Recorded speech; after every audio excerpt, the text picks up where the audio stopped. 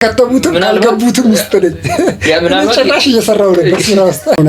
ድርጅቱም ይሄ ነገር ከመፈጠሩ በፊት ነገሩ ከመካረሩ በፊት ፓርትነርሺፑን አንድ ማድረግና ሴትል ማድረግ ጥሩ እየተሻለ ነው። ካልሆነ እንዳልከው 200,000 ቁጥሩ ካለ እንደዚህ። ሰላም እንዴት ናችሁ? በመጀመሪያ ኤፒሶዳችን ተከስተናል። ይሄ ምንድነው? ቆጣሪ ፖድካስት ቆጣሪ አንባቢ ነን። ቆጣሪ አንባቢያ ማድረግተው ቦታ አንባቢ አይደለንም። ቆጣሪ አንባቢ ነው። ባለፈው በመጀመሪያ መንገድ ነው ማድረግተው ቦታ አይኖርም፣ ግን ለዛሬ 3 ቦታ ነው የምንረግጠው። 3 ግቢ ነው የምናየው። 3 ያው በውስጣቸው ደግሞ ብዙ ግቢዎች አሉ መሰለኝ፣ ተከራዮች አሉ። ስለዚህ መንደር ነው 3 መንደር እንደርሳለን። የመጀመሪያው ሰሞኑን በጣም ሶሻል ሚዲያ ላይ እንደምታዩት በጣም ትሬንዲንግ የሆነ ጉዳይ አለ። ህዝቡን ለሁለት ተከፈለው ማለት እንችላለን። ህዝቡን ለሁለት ከፍሎ ድንጋይ እያወራወረ ሁለት ሶሻል ሚዲያ ኢንፍሉዌንሰሮች፣ በእርግጥ አንዱ በኮንተንት ክሬሽኑ በዩቲዩብም እንዲሁም በሌሎች በኮሜዲ መድረክ ኮሜዲያን እሸቱና በሀና ግዳይ ነው ስሟ። በሀና ግዳይ ደግሞ በደንብ የምናውቃት ባምቢ በሚል የቲክቶክ ስሟ ነው። በሁለቱ መካከል ትንሽ በጣም ሰሞኑን ሶሻል ሚዲያ ህዝቡንም ለሁለት ተከፈለ። በጣም መነጋገሪያ የሆነ ኮንፍሊክት በሁለታቸው መካከል ሀፕን አድርጓል። ስለሱ የተወሰነ ነገሮችን እንላለን። እስቲ ሪአክት እናደርግበታለን፣ ኮሜንት እናደርጋለን፣ የራሳችን ሀሳብ እንሰጥበታለን። ሌላኛው ሃንታ ቫይረስ ነው። ሃንታ ቫይረስ ኒው አውትብሬክ ላይክ አዲሱ ቫይረስ። ጥሩ የቫይረስ ስሞች እየተደጋገሙ ነው። አዝናኝም እየሆኑ ነው። አዝናኝ ነው እንዴ? ግን አይ ስሙ ደስ ይላል። ስማቸው ደስ የቫይረሱማ እንዴ ኦፍ ማይክ ስሙ ደስ ይላል እያለ ስሙ አንተ የብስኩት ስም ቢሆን ጥሩ ነው ወይ የሆነ ነገር አንታ ብስኩት አንታ ቲዩብ አይሆንም ማለት አንታ ቲዩብ እና እንበለው እንዴ? አይ አንታ ቲዩብ ቆጣሪንም አቱ አንቱ ተከሚለው እንዴ መጣ። በኦሮምኛ አንቱ ተማለት አይጥ ነው። በኦሮምኛ ተማለት አይጥ ነው። አንቱ ማለት አይጥ ነው። አይጥ ማለት ነው። አንተ ከዛ ይሁን እንደ መጣው አንተ እኮ ከአይጦች ነው ደግሞ ብሬኳ። ቫይረሱ ከአይጦች እንትን መጣ ተብሎ ነው የሚታሰበው። ይሄ ታስቦበት ነው እንዴ? ኮንስፓይረንሲ ቲዮሪ። ኧረ ቆይ እስቲ ብቻ እናወራዋለን። ኮንስፓይረንሲ ቲዮሪ ብለን ልንመጣ እንችላለን። ጆርናሎች ላይ ካያችን ነገሩ ሁሉም እኮ ከኛ ነው የሚወሰዱ። ወይዘው ከኛ ተወሰደ ምን አለ? ሌላኛው እንግዲህ ሰሞኑን በጣም ያው ማህበራዊንም ጉዳይ ነካ ጉዳይ አለ። ሶሻል ሚዲያው ላይ በጣም በብዛት የተዘዋወረ ነው። ነዳጅ መጨመርና ተያይዞ ያሉ ጉዳዮች በተለይ ከሜትር ታክሲ ጋር በተገናኘ በጣም ሶሻል ሚዲያው በጣም አላቅም፣ በጣም ብዙ ኮንተንት ይመጣልኛል። ለሁሉም ሰው እንደዛ ይምጣ አላቅም፣ ብዙ ነገር እየተባለ ነው። እንግዲህ ከኛም ሳይድ የተወሰነ ሪአክት እናደርግበታለን። የትም እንዳትሄዱ፣ አብራችሁን ቆዩ። ቆጣሪ ቲዩብ ነው። ቆጣሪ ፖድካስት ነው። እናንተ ግቢ ልንረግጥ እንችላለን፣ ልናነብ ልንመጣ እንችላለን። ሌሎችም እንግዲህ ሪአክት ልናደርግባቸው የታሰቡም ነገሮች ካሉ እንትን ማድረግ ይችላሉ። ሪአክት እናደርግበታለን። አድማጮቻችን እንድናወራበት ወይ ደግሞ ሀሳብ እንሰጥበት የምትፈልጉትን ሀሳቦችም በኮመንትም በሌሎች ሶሻል ሚዲያዎቻችን ላይ እዚህ ጋር እንገልጽላችኋለን። ልደርሱን ትችላላችሁ። አብራችሁን ቆዩ። በእርግጥ የመጀመሪያ ቪዲዮ ነው። ሀሳብ ላኩልን ማለት ይከብዳል። ለጊዜው ግን ሰብስክራይብ፣ ሼር እያደረጋችሁ አብራችሁን ቆዩ። ካለ ግን ብትልኩልን ደስ ይለናል። እንደዛ በሚለው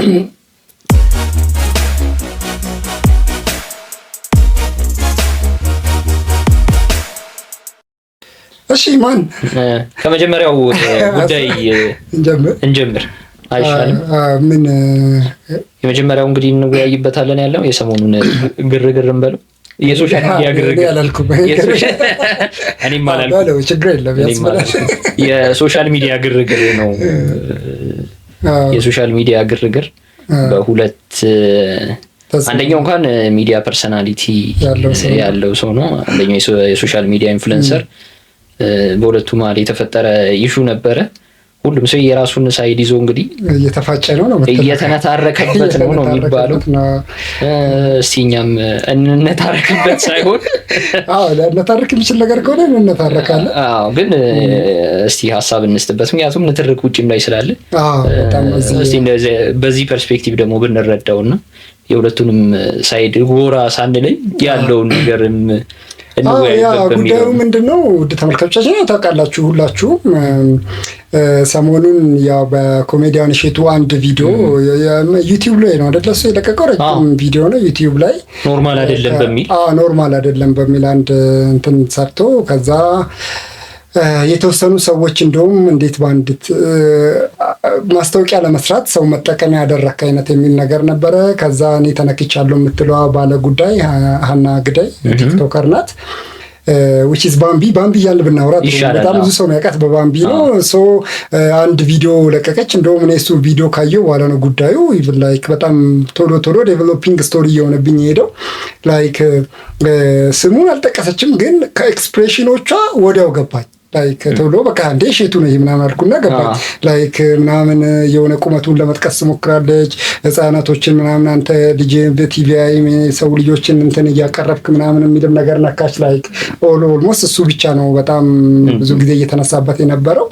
ከዛ ሂጄ ሳይ ቪዲዮውን አየሁኝ። እሱ ከዛ ተመልሼ ስመጣ ላይክ ሌላ ክላይማክስ ጋር አድርሷለች። እሷ እያለቀሰች ኦዟል ነገሩ ያ በቃ ራስን የማጥፋት አይነት ምልክት እንትን የሚሰጥ በጣም የሚያለቅስ በጣም በብዙ ሰዎች እንትን እየተደረገች እንደሆነ ላይክ በጣም አታክ እየተደረገች እንደሆነ ነገርም የሚገልጽም ነገር አብራ ገልጻለች። በጣም ሁለተኛ ቪዲዮማ ጭራሽ የሆነ የሚያሳስብም ነገር ይመስላል።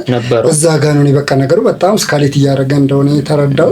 እየተካረረ ከዛ በአጭር ጊዜ ውስጥ ነው ነገሩም እንትን ያለውና ወዲያው ሪስፖንስ ነው የሚመላለሱት። የሶሻል ሚዲያ ዘመን ደስ የሚለው ጸብ ግዴታ እስክትገናኝ መጠበቅ የለብህም። በአየር ላይ መተኳኮስ ትችላለህ። ይህም በደንብ በእንትን ጊዜ ያየን ይመስለኛል። በዚህ በደንብ የሶሻል ሚዲያ በኤምኤምኤ ፋይቱ ጊዜ ከፋይቱ እኮ እንደውም እኮ የሶሻል ሚዲያው ጦርነት ረዘም ብሏል እኮ እዛ ላይ ያለው እንትን በጣም እና ይሄኛው ጉዳዩ እንደዛ ነው የሆነው። ያው እስኪ የተወሰነ ዲፕ ኒድና ምንድነው በደንብ የተከሰተው ነገር ሰውን በጣም ብዙ ሪያክት እያደረገበት ነው። ላይክ ይሄ አብሮ የተነሳው ነገር ነው። የኮሜዲያን እሸቱ ስታንድ ምንድነው ኖርማል አይደለም፣ ኖርማል እናርገው። አይ ቲንክ ኮንተንቱ ወደዛ ነው የሚያመራው። ኖርማል እናርገው ጭራሽ ጉዳዩ ኖርማል አይደለም ነው። ምንድነው ኖርማል ያለው ነገር ይሄ ከመንፈሳዊ ህይወት ውጪ ወይ ከቤተክርስቲያን እንደዚህ አገላለጽ እንዲመቸን ከቤተክርስቲያን ህይወት ውጭ የሚታወቁ ሰዎች በጣም ከቤተክርስቲያን በራቀ ማንነት የታወቁ ሰዎች እንደ ቀልድ በጣም ዘለው መጥተው የቤተክርስቲያን ጉዳዮችን ማስተዋወቅ ኢቨን ለእርዳታ ቤተክርስቲያንን ማስተባበር ላይ ልክ አይደለም ነው። እንደዚህ አይነት ነገሮች ነገ ወጣቶችን ጥሩ ነገር አስተምርም መዳፈር ይሆናል፣ ቤተክርስቲያንን መዳፈር ይሆናል። ማንም ሰው በጣም ከባድ በቤተክርስቲያን አእምሮ ያለ ሰው መቀበል የማይችለውን ነገር መጥቶ እዚህ ጋር ደግሞ ሲያደርግ ለነገ ጥሩ መልእክት አስተላልፍም የሚል ምንድነው ይዘት ያለው ይሄ ተቆርቋሪነት በቤተክርስቲያን ተቆርቋሪነት አይነት ስሜት ያለው ነገር ነው የሚናገረው። በጣም የሚገርመው ደግሞ ኢን ዘ ሪቨርስ ባምቢም በተመሳሳይ ሁኔታ ለቤተክርስቲያን ተቆርቋሪነት ባለው መልኩ ነው የምትናገረው። ያ ኢስ ላይክ ሁለተኛ ቪዲዮ ላይ በተለይ ቆይ ቪዲዮውን ለምን አላሳየም? ይሄኛው ቪዲዮ ሁለተኛ እያለቀሰች ነው ላይክ ፊቷ ቀልቷል እና ቪዲዮውን ልትሰራ እያለቀሰች አይመስልም። ቀድሞ በጣም እንዳለቀሰች በጣም በብዙ ነገር የኢትዮጵያ ኦርቶዶክስ ቤተክርስቲያን ስማት እኔ ጋር እንዳትመጪ ትወክለኛለሽ ብለሽ እኔ አልወክልም። ያ በብዙ በጣም በቃ ብዙ ለቅሶ በኋላ ሁሉ ቀልቷል ፊቷ እንዳለ ላይክ እና የእሷም ደግሞ በሚገርም ትንሽ ጉዳዩን አስገራሚ የሚያደርገው ለቤተክርስቲያን ተቆርቋሪ ሆና ነው ጉዳዩን የምገልጸው። ላይክ አሁን መጀመሪያ ቪዲዮ እሸቱን ብቻ ታርጌት ያደረገ ነበር። ላይክ አንድ ሰው ታርጌት ያደረገ ሰው ራሱ ለአንድ ሰው ነው። ሁለተኛው ቪዲዮ ግን በጣም ብዙ ሰዎች በተመሳሳይ ሁኔታ አታክ እያደረጓት እንደሆነ ነገር ነው የሚመስለው። ላይክ የሚመስለው ወይ የእሸቱ ደጋፊዎች ናቸው፣ መንፈሳዊ ህይወት አካባቢ ያሉ በጣም ብዙ ሰዎች ናቸው፣ ወይ ደግሞ ተመሳሳይ አይነት ስራዎችን ሊሰሩ ለቤተክርስቲያን እንደዚህ ኮሚሽን ቤዝድ የሆነ የቤተክርስቲያን ገቢ ማሰባሰብን የሚሰሩ ሰዎች ጋር የተገናኘ አይነት ነገር ነው የምትናገረው። እና ወርዲስ ኢቨን በጣም ትንሽ ቃላቶቹ ራሱ በጣም ኃይለ ቃል ናቸው፣ ከባባር ናቸው። እንደዛ ስትል ነበረ። ላይክ ሁለቱንም ትንሽ በቃ ታሪኩን ለሰው ለሁለት እንዲከፈል የሚያደረገው ሁለቱም ለአንድ ወገን ተቆርቋሪ ወይ ደግሞ ስፔሻል ቤተክርስቲያን ተቆርቋሪ በሆነ አይነት ሁኔታ ነው ሲቆረቆረው አንቺ ነሽ ብትቆረቆረው ወይስ እኔ ወይ ማን ነው በሚለው እንደዛ ነው። የሃይማኖትም ነገር መግባቱ ሁሉም ሰው ሪያክት እንዲያደርግበት አድርጓልና እንዲሁም እንደዚህ አይነት ኢሹዎች ለሌሎቹም ትምህርት የሆነ ይመስለኛል ካሰብከው ማለት ነው። በተለይ ኮንተንት የሚሰሩ ሰዎች ኮንተንት ይወዳሉ ግልጽ እኮ ነው። አሁን ነገሮች ሞር እንዲካረሩ ሴንሲቲቭ የሆኑ ቦታዎችን መንካት ያስፈልጋልና ያ ነው ደግሞ ሰውን ይበልጥ የሚስበው ነው። ሰውም ደግሞ እንደዚህ አይነት ነገር ሲፈጠር ጸብ ወዳጅ ሆኗል ሰው። ያው አብዛኛው ሰው እንደዛ ነው። ምክንያቱም በሰላም ኖሩ ከሚባለው ከዚህ ጋር ተገናኝቶ ግን ምን እሸቱ ላይክ ብዙ ሪያክተሮች እያሉት እንዳሉት ለኮንተንት የተጠቀመበት አይመስልም። ላይክ አሁን ለምሳሌ በተለይ ባምቢ የሁለተኛው ቀን ላይ ለቅሶ አውጥታ ከዛ ደግሞ ኢቭን አንድ በጣም የሚያስፈራ ስቶሪ ሁላ አውጥታ ነበር። ፎርዳ ማተር ሴፉ ራሱ ሬዲዮ ሾው ላይ ሪያክት አድርጎበታል። አሳሳቢ ደረጃ ላይ ያለች ይመስላል። ኢቭን ራስ ላይ ራሱ የማይሆን ውሳኔ መወሰን ሁኔታ ላይ ያለች ነው የሚመስለው። እንድረስላት የሚመስል መልዕክት እየደረሰ ነው ብሎ ታዲያስ አዲስ ላይ ሪያክት አድርጎበታል። እዛ ከዛ ቪዲዮ በኋላ እሸቱ በይቅርታ እመጣለሁ ብሎ አንድ ታምኔል ፖድካስት የሚመስል ነገር ፖስተር ነገር ለቆ ነበርና ከዛ ብዙ ሪያክተርስ ያሉት እኔ ገረመኝ ማለት ነው። ሰው እሸቱ ምን ያህል እንደተረዳው ወይ ደግሞ ምን ያህል እንደገባው ሰው ስለ እሸቱ የገባኝ ካየኋቸው ሰዎች አንድም ሰው ይቅርታ ይጠይቃል የሚል አላየሁም። ኤክስፔክት ያደረገ የለም። ቴንክ ዩ በቃ ይቅርታ ልጠይቅ አይደለም ግን እንዴት ለይቅርታ ቀጠሮ ይያዛል? ሲጀመር ይቅርታ ለመጠየቅ ስልክን አንስተ የሆነ ቦታ ቪዲዮ በቃ ሰልፊ የምትችለው ነገር ነው። አሳሳቢ ነገር ነው። we know that you are going to make it a content ልታረገው ነው ድጋሚ ልታረገው ነው የሚሉ በጣም እኔ አይ ኤክስፔክት ይቅርታ ሊጠይቅ ነው ብዬ ነው። እውነት ለመናገር እንደዛ ነው። ግን ደግሞ የሆነ አይምሬ ውስጥ ብልጭታ የጫሩት እውነትም ሰው ይቅርታ ጠይቃለሁ ብሎ እንዴት ሁለተኛ የእሸቱ ሜንታሊቲ መጣብኝ። ላይክ በጣም ነገሮችን ወደ ሚዲያ ወደ ሶሻል ሚዲያ ወደ ኮንተንት መቀየር በጣም ይችልበታል እና በቃ ላይ ይጠይቃል ይቅርታ ግን በቃ ኦዲየንስ ሰብስቦ ማድረግ አስቦ ሊሆን ይችላል። ላይቭ አድርጎ ኦዲየንስ በጣም ብዙ ሰብስቦ ሊያደርግ ይችላል ምናምን ብዬ ነበር የጠበቅኩት። ግን እንዳየው እኔ ራሱ እኔም ትዊስት ኦፍ ስቶሪ ነው የተፈጠረው። በእርግጠኝነት ይቅርታ ይጠይቃል ብዬ ነበር እርግጠኛ አይደለሁም ግን ጠብቄያለሁ። ማለት በቃ በእርግጠኝነት ይቅርታ መጠየቁ አይቀርም። ምክንያቱም ይቅርታ እኮ ግን ጠይቋል ኢትዮጵያ ሕዝብ ያው የጠበቅነው ይቅርታ አይደለም ነው እንጂ ይቅርታማ ጠይቋል። እኛም በዚህ አጋጣሚ ይቅርታ ጠይቀን ግን የጠበቃችሁት ይቅርታ አይደለም እንደማለት እኮ ነው። አይ እንደዛ የጠበቅኩት አይነት ይቅርታ አይደለም ግን ለእሷ ይቅርታ ያቀርባል ተብሎ ሲጠበቅ እሱ ግን ነገሩን ወደ ሌላ ነገር አዞሩና የኢትዮጵያ ሕዝብን እንዲሁም አሁን ቆይቼ ዘግቼ በመጀመሪያ ይቅርታ አድርጉልኝ ሲል በጣም ነው የገረመኝና እንዳልከው እሸቱን የተረዱት ሰዎች ሁሉንም ነገር ወደ ኮንተንት እንደሚቀየር ያወቁ ሰዎች ይህንን ነገር ጠብቀውት ነበር። ያ ነገር ነው በጣም ያስገረመኝ። ልክ ትሬለሩን ቀድሞ የሰጣቸው እስኪመስል ድረስ የቪዲዮን ትሬለር የደረሳቸው እስኪመስል ድረስ በሁለቱም ጎራ ነው ደግሞ በሚገርመው እሷንም በማይደግፉትም በኩል እሱን ደግሞ የሚሉትም ሰዎች ይቅርታ ሊጠይቅ እንዳሉ ያውቁታል። ይቅርታም እንዲጠይቅ የሚፈልጉ ሰዎች እንደማይጠይቅ አውቀውታል። እና ሁሉም ሰው መልስ አዘጋጅቶ እየተዘጋጀ ባለበት ሰዓት ነው ይህንን ያደረገውና እኛ ትሬለሩም አልደረሰንም መገመት አንችልም። በቃ ፊልምም እኮ እንደዚህ እኮ ነው። ፊልምም ገማቾች እንግዲህ መጨረሻ ላይ ነገር ይፈጠራል ብሎ ነው ብላ አትገምትም።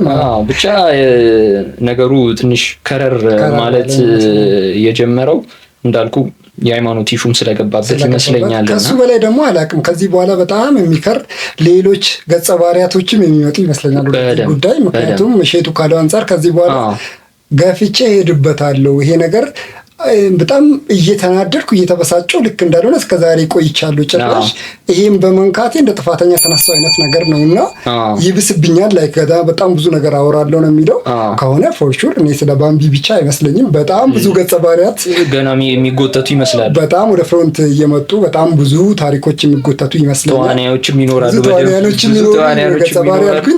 ተዋናዮች ይኖራሉ። ሊድ አክተር ማን ይሆናል የዚህ ሳምንት እንግዲህ እሱ መልምሎ ቀጣይ ደግሞ ማንን እንደሚያደርግ አናውቅም።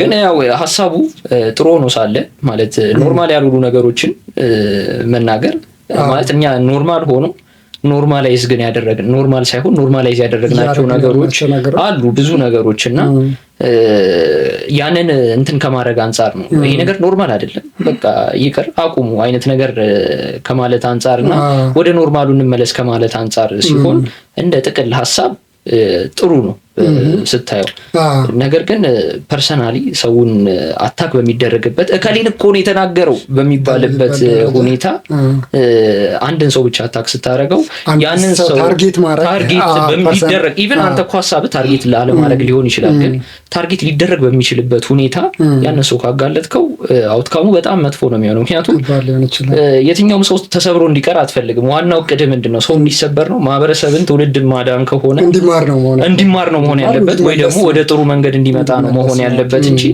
ሰብረው እንዳይነሳ አድርገህ ከትክተው ስራውን አሳጥተው ሞራሉን የስነ ልቦና ጉዳት አደረሰበት ወደ ትክክለኛው መንገድ ና ማለት በጣም አስቸጋሪ ነው የሚሆነውና ወደ ትክክለኛው መንገድ ለማምጣት ከሆነ ሰውን በመስበር ሳይሆን ይሄንን ኢሹ እንደ ሐሳብ በማውራት ያለውን ነገር እንትን በማድረግ ነውና ስም ባለመጥቀስ ቢያንስ የሆነ ፕሮፋይል ባይሰራ ማለት እንደ ሐሳብ ካየሁት እኔ እንደ ተሰማኝ ነው ማለት ኦኬ አንድ እንትን ላይ ቢያይል ፕሮፋይል ተሰራ ቲክቶከሮች ወይ ደግሞ ሶሻል ሚዲያ ኢንፍሉዌንሰሮች ኦኬ አንድ ከዛ ቤተክርስቲያን እንዲምትሰሩ ከዛ ቀን ደግሞ እንዲምታደርጉ እንደዚህ የምታደርጉ ስለ ፕሮፋይል እየሰራ ነው ገባ ስለዚህ ኢቭን ስም ባጠራ እንትን ያረጋል ስም ባጠራ ያን ሰው ታርጌት እንዲያደርገው ለማህበረሰቡ መገፋፋት ነው የሚሆነውና ኖርማል አይደለም የሚለው አካይት ጥሩ ሆኖ ያው እሱም ላይ ኖርማል አይደለም ብለው የሚነሱበት ሰዎች ሚኖሩ ይመስለኛል አንተ ምን ታስባለህ በዚህ ጉዳይ ላይ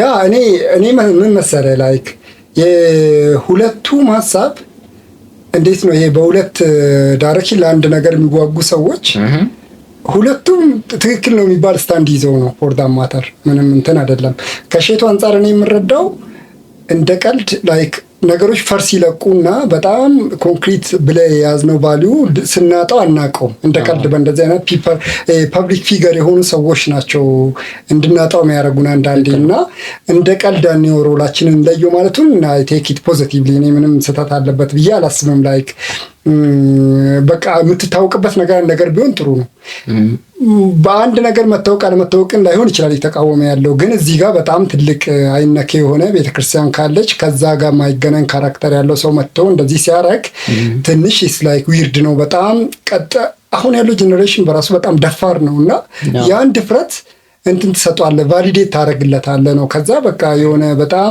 አንድ ጥሩ ስርዓት ያለው ቤተክርስቲያን ውስጥ ያለን ስርዓት እሱንም እናጣዋለን የሚል ስጋት ይመስለኛል እሱ በርግጥ ሀምብል ሆኖ ነው የጀመረው መጀመሪያ ላይክ እኔ ማጽያተኛ ነኝ ፋቲ ከዛ ባይበልጥም ግን እንደዚህ ብሎ ነበር የተናገረው ቀጥሎ በቃ ባሰበት ገነፈልና እንደዛ ነገር አደረገ ከዚህ በፊት በተለያየ ከሃይማኖታዊ ደግሞ ከመንፈሳዊ ጉዳይ ጋር ማይታወቁ ሰዎች መንፈሳዊ ጉዳይ ውስጥ ገብቶ ሲያገለግሉ ይታወቃል ግን ምንድነው ቶታል ትራንስፎርም አድርገው ላይክ አሁን ለምን ዘፋኝ የነበረ ሰው መጥቶ ዘማሪ የሆነ ብዙ አለ ሰው ግን ምን አድርገው ነው ትራንስፎርም አድርጓል በቃ ይሄን አድርጓልና ላይክ አሁን አንድ ቦታ የጭፈራ ቤት መታየት እና በቃ በዛ በደንብ በማህበረሰብ መታወቅ ነገ የሆነ ያውም በቃ ዳይሬክት ቤተክርስቲያን ታች የሚያደርግ ኮንተንት ስታረግ በቃ በትልቁ ይከበር የነበረው ቤተክርስቲያን ስርዓትና እንትን ሊደፈር ይችላል በጣም ቀላል ነው ተብሎ ይወሰድና አንድ ያለን ቱባ ሀብት ስርዓት ማርማ እናጣዋለን የሚል ነው በዚህ ወይ ስታየው በጣም ትክክል ነው የሷ የልጅቷን ደግሞ ትክክል ነው ብዬ ልወስድ የምችልበት ሚንስ ምንድነው ካልችበት ተነስተ ነው ያው ብዙ ነገር የምታወራው ውስጥ አዋቂ የለንም ፐርሰናልም ነገር አናውቃቸው ሁለታችንም በጣም እናከብራለን ነው ስፒኪንግ ለሁለቱም ክብር አለኝ እኔ ምንም ኮሚሽን ሳላገኝበት በመስራቴ በጣም ብዙ አይነት በዚህ መንገድ የሚሰራ ሰው በጀማ ተነስተውብኛል ከነሱ ውስጥ አንዱ ሼቱ ነው አይነት ነው ኮንተንቷ ከሆነ ሻቭ በቃ ቤስ ትሩዝ አላት ማለት ነው ላይክ ሄጄ ልስራ ብላ ነው ያውን እቺ ልጅ የሰራችው ነው በቃ ይሄን ነገር ቪዲዮ ካልሰራው ብላ ነው ከሰራችው ያው ባክግራውንድህን አትሊስት ሊቀራረብ የሚችል ማድረግ ብቻል ጥሩ ነው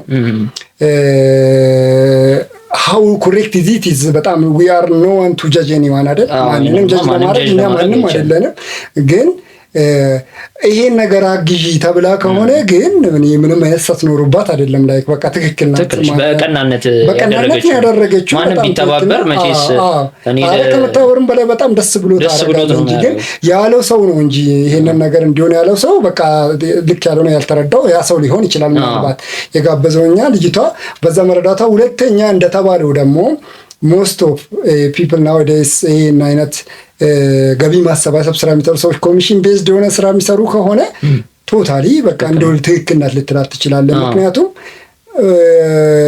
እሱ ቅድም ሀምብል ነው አልን፣ እሷም ደግሞ በጣም ሀምብሊ ነበር ስትናገር የነበረው። እኔ ቆሸሼ እንትን ብዬም ቢሆን እሱ ይሻለኛል እንደዛ እኖራለሁ እናንተ እዛ ውስጥ ሆናችሁ ነው የቆሸሻችሁት አይነት ስትል ነበር። እና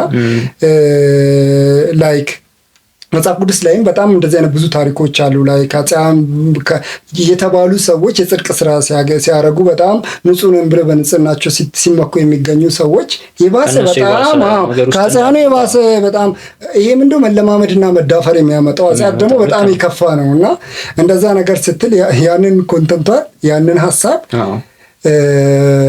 ስትወስድ ትክክል ናት ልትል ትችላለህ። በዛ ሳይድ ግን አሁንም ነገሮችን በጣም ክሊር አላረጉም።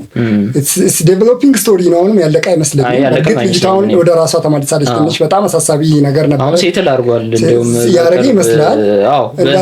አሁን በዚህ ሰዓት ከሷ የመጣውም እንትን ያው እንደተረጋጋችና ያው በወቅቱ ስሜታ የሆነ የጻፈችው ነገር እንደሆነ ብላ ደግሞ እንትን ብላለች፣ ግልጽ አድርጋለች። ስለዚህ አይ ቲንክ ሴትል ያደረገ ነገር ይመስላል በሷ ሳይድ በኩል ማለት የተፈራው ነገር አልሆነም። ያ ነገር ጥሩ ነው። ምክንያቱም ቅድም እንዳልኩ ነው የምጨነቀው ሰውን በመስበር በኩል ሰውን ልትቀይረው አትችልም።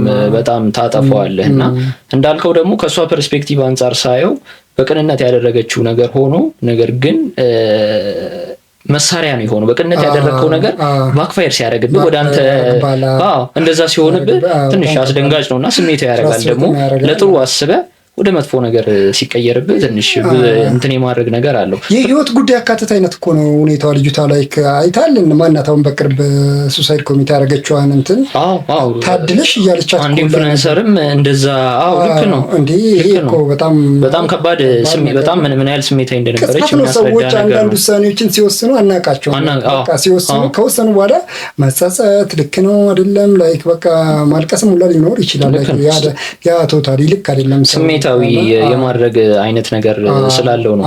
እና በሚገርም ሁኔታ ካሰብክበት ደግሞ የተሻለ የነበረው ቅድም እንዳልኩ ሰውን ስለመቀየር ሰው የተሳሳተ መንገድ ላይ እንደሆነ ካወቅ እዛው የተሳሳተ መንገድ ውስጥ እያለ ብትነግረው ነው የሚሻለው ወይስ ጥሩ ነገር ጋር መጥቶ የሆነ ነገር ሲሰራ ነው የምትነግረው የሚለውም ትልቅ ጥያቄ የሚያስነሳ ነገር ነው።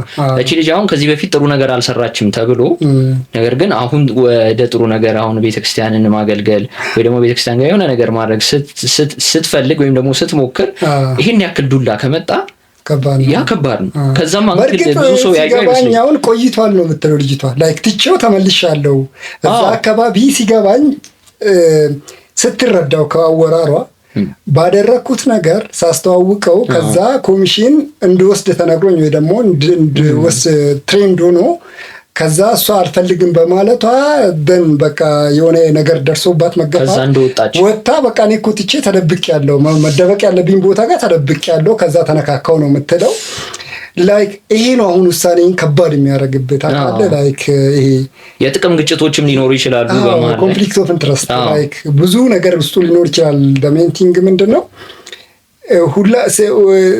አሁን ሁለቱም እየተጣሉለት ያለውለት አካል ብቸኛው ኃላፊነት ያለባቸው አካላት አይደሉም። ልክም አይደለም ለማለትም ጀጅም ለማድረግ ፐርሰናሊ መወሰድ የለባቸውም። ኢቨን ለዚህ ጉዳይ ራሱ አስታራቂ ሊሆኑ የሚችሉ በጣም ስለ ጉዳዩ በጣም የሚመለከታቸው ትልልቅ አባቶች ሊኖሩ ይችላሉ። እንደሱ አይነት ጉዳዮችን በዚህ አይነት መንገድ መፍታት ቢቻል ሜቢ ጥሩ ሊሆን ይችላል። ካልሆነ ፐርሰናል አታጋ መድረስ የለበትም። ምናልባት ጉዳዩ ለኮንተንት ክሬሽን ካልሆነ ልክ ነው እሱ አዘርዋይስ። ምክንያቱም እዚች ጋር ትንሽ ተጣጣሪ የሚኖር ምንድነው እሸቱ ቶታሊ ሊባል በሚችል ሁኔታ ወደ ኮንተንት ቀይሮታል ጉዳዩን። ኢቨን ከይቅርታ ጠይቃለሁ ከአባባሉ ራሱ በጣም ሰስፔንድ አድርጎ ወደ እንትን ወስዶታል። ቀጣይ ኤፒሶድ እንዲጠበቅ አድርጎታል ጭራሽ። የባምቢ ደግሞ ትንሽ ግራ የገባኝ ከዚህ የበለጠ ቻሌንጆች ውስጥ ያለፈች ሰው ናት እና በጣም ብዙ ጊዜ ትዝ ይለኛል ላይክ ከብዙ ቪዲዮዎች ጋር የተገናኘ በጣም ጉዳዮች ውስጥ በጣም ትልልቅ ጉዳዮች ውስጥ ያለፈች ትልልቅ ኢሹዎች ውስጥ ያለፈች ሰው ናት። ይሄ ጉዳይ በዚህ ደረጃ እንዴት እንደዚህ ከበዳት ብለህ ስትል ደግሞ ላይክ ሜቢ ከአቴንሽን መጥፋት ወደ አቴንሽን እንትን ሴንተር እኔ ልል አይደለም ላይክ ግን እንደዚህ ነገር እንድትል ደግሞ የሚያደርግ ነገሮች አሉትና ሜቢ ምናልባት የቤተክርስቲያን ጉዳይ ስለሆነ የነፍስ ጉዳይ ስለሆነ ሚነካቸው ሰዎችን በጣም ሴንሲቲቭ ሰዎች ስለሚሆኑ ያ በጣም ሴንሲቲቭ አድርጓት ሊሆን ይችላል። በጣም ቀላል ነገር አይደለም ይሄ የሰዎች ተቋሙ ብቻ ሳይሆን የነፍስ ጥያቄም የነፍስም ጉዳይ የሚነካ ነገር ስለሆነ ያም ሊሆን ይችላል። እንዳደግንበትም ደግሞ ማህበረሰብና አስተሳሰብም ስታስበው አብዛኛው ጊዜ እንደዚህ የሃይማኖት ኢሹዎች ሲነሱ ለየት ያለ የአእምሮ ክፍል ያለን ነው የሚመስለን ማለት ነው። ስሜት የምናስተናግድበት ስሜት ኢቭን በኖርማል ጊዜ የምናስባቸው ነገሮች እና በዛ ሰዓት የምናስበው ነገር አንድ ነው እና በጣም ስሜታዊ ማድረግ ነገር አለው እና ነገሩ ከዛ ጋር መገናኘቱ ይበልጥ ስሜታዊ ያደርጋት ይመስላታል። ማነው ኮንተንት እያደረገው ያለው ማነው ደግሞ እንትን እያደረገው ያለው የሚለውን እንግዲህ ኮንተንት እየሆኑ ከሆነ አቴንሽናችን ላይ የመጫወት አይነት ነገር ነው። ግን አያዋጣም። ምክንያቱም አፍተር ኦል ይነቃል በጊዜ ሂደት። አሁን እንዳልከው እነዚህ ኦዲየንሶች ይቅርታ በቀጠሮ ተደርጎ ከዛ እንዳልሆነ ያወቁት ኦዲየንሶች እየነቁ ስለሚመጡ ኦተንቲሲቲ ያወጣል ነገሮች በጣም ይሄ ደግሞ ስክሪፕትድ ከሆነ ኦር ስክሪፕትድ ላይ ብቻ በጣም ኮንተንት ሴንተርድ ከሆነ በጣም ከባድ ነው። ሰው ከዚህ በኋላ በቃ በምንም አይነት ወይ ሶሻል ሚዲያ ስክሪፕትድ ነው ብሎ ነው የሚያምነው። ስንት ጸባየን በዚህ ሶሻል ሚዲያ እኮ በጣም ተፈታ አሉ ፌመስ የሆኑ ሰዎች አሉ እኮ እንደ ስክሪፕትድ ሰዎች ናቸው ከብዛኛው ሶሻል ሚዲያ በጣም ጻፍ ካለ አሁን ከከረረ ባይዘው ስክሪፕትድ ነው እሱ ነው ወይ ተነጋግሮ ነው ወይ ስክሪፕት አድርገውታል። እሱ ኦብቪየስ ነው። ግን ይሄ አይመስልም ቶታል። ይሄ ከሆነ ግን አት ዘ ኤንድ ኦፍ ዘ ዴይ ኢትስ ቬሪ በጣም ሼምፉልም ይሆናል።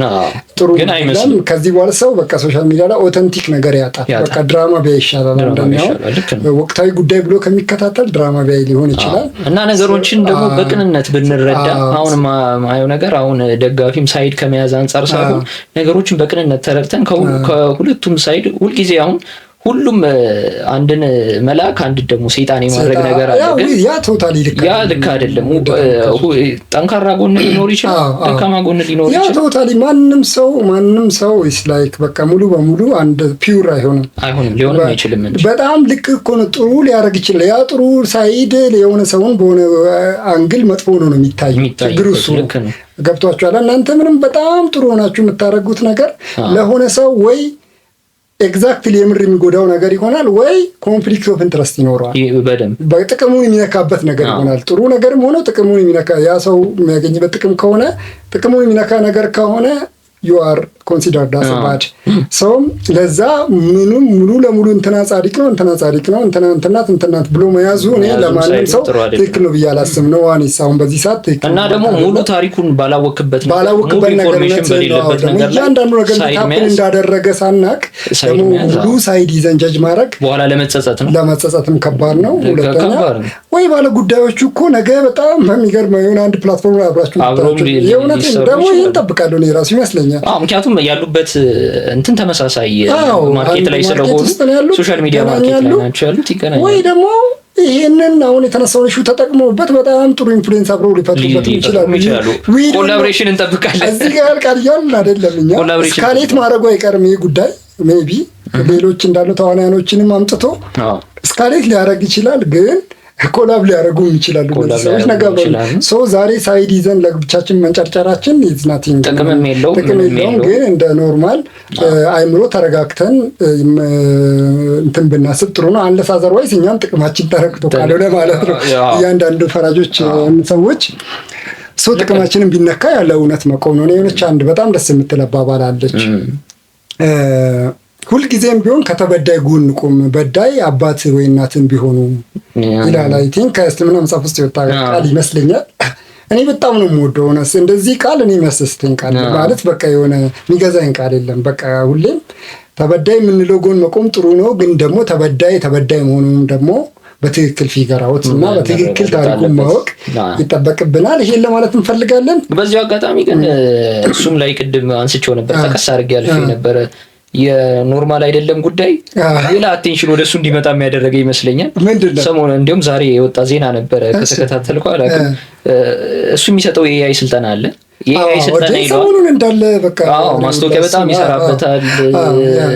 ኢቭን ስንት ፖድካስቶች ላይ ቀርቧል። በላይ ፕራክቲካሊ ኤአይ ምን እያደረገ እንደሆነ ስለ ጄሚናይ ላይ ነው በደንብ የሚሰራው። ሞር አይ ቲንክ የቃላት አጠቃቀምም የጎዳ ይመስለኝ የኤአይ ስልጠና ከሚለው የኤአይ ስልጠና ሲባል ብዙ ጊዜ የሚታሰበው የኤአይውን እነዚህ ቴክኒካል የሆነውን ነገር ኮዲንጉን ምናምን የምታሰለጥን ነው የሚመስለው። ማሽን ለርኒንግ ምናምን ጋር የተገናኘ ኦልሬዲ ይሄንን ላንጉዌጅ ሞዴሎች ላይ የሚሰሩ ስራዎችን የሚያሰለጥን አልመሰል ልክ እንደ ጄሚናይ ቻትጂፒቲ ሁሉም ሰው እንደዛ የሚጠብቀው። ስለዚህ የኤአይ ኢንስቲትዩት ምን አደረገ? አሁን የተቋቋመው አርቲፊሻል ኢንተለጀንስ ኢንስቲትዩት የኤአይ ስልጠና እንዲሰጥ የሰጠሁት አካል የለም ብሏል። ፍቃድ የለም እና ያለ ፍቃድ ደግሞ ሲያሰለጥኑ የሚገኙም ላይ እርምጃ እንወስዳለን የሚል ነገር ነው የገለጸውና ይሄ ነገር አንወንትድ አቴንሽን ያመጣበት ይመስለኛል ወይስ እንደዚሁ የኢንስቲትዩት የታዘበው ነገር ስላለ ነው ያመጣበት አይነት ነገር ከሆነ አላውቅም። አንተ የራሱ አንድ ኢሹ ሊሆን ይችላል ታውቃለህ። ለአንተም ኖርማል አይደለም ያሉት ነው የሚመስለኝ። እውነት ነው። ይሄ ማስተማር አንተ ራሱ ኖርማል አይደለም። እንደዛ እንደዛ እያሉት ነው የሚመስለውና እኔም ባይዘይ ትንሽ ግራ ማለት አላውቅም። የወደቀ ዛፍ እንዳይሆን ላይ ቆጥሬ በዛን እንዳይሆን ትንሽ የሆነ ማይ ሳይድ ኦፍ አይምሮ ግራ ይገባኝ ነበር። ላይክ እሺቱ በየትኛው ቴክኖሎጂ ትምህርት ነው ኤአይን ላስተምር እያለ ያለው ምናምን የተወሰነ ነገሮችን እል ነበረ። ግን ደግሞ ዊዝደም የተገለጠለት ነገር አለ። ሰዎች የተጠቀሙበት ትሬን ያደረጉ ሰዎችም ምናልባት ኮመንት ሊያደርጉ ይችላሉ።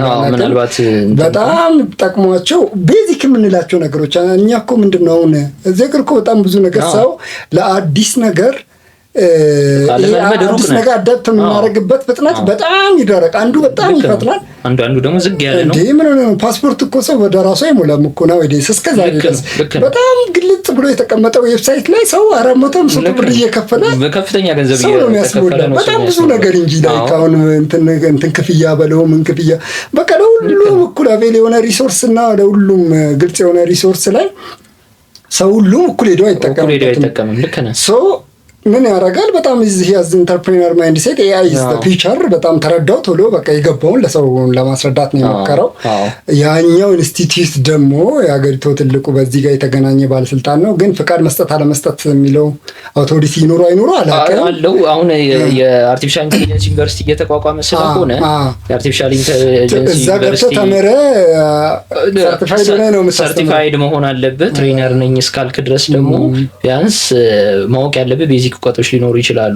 ግን የሱ ስልጠና ሞር ከዛ ጋር የሚገናኝ ነገር አይመስለኝም።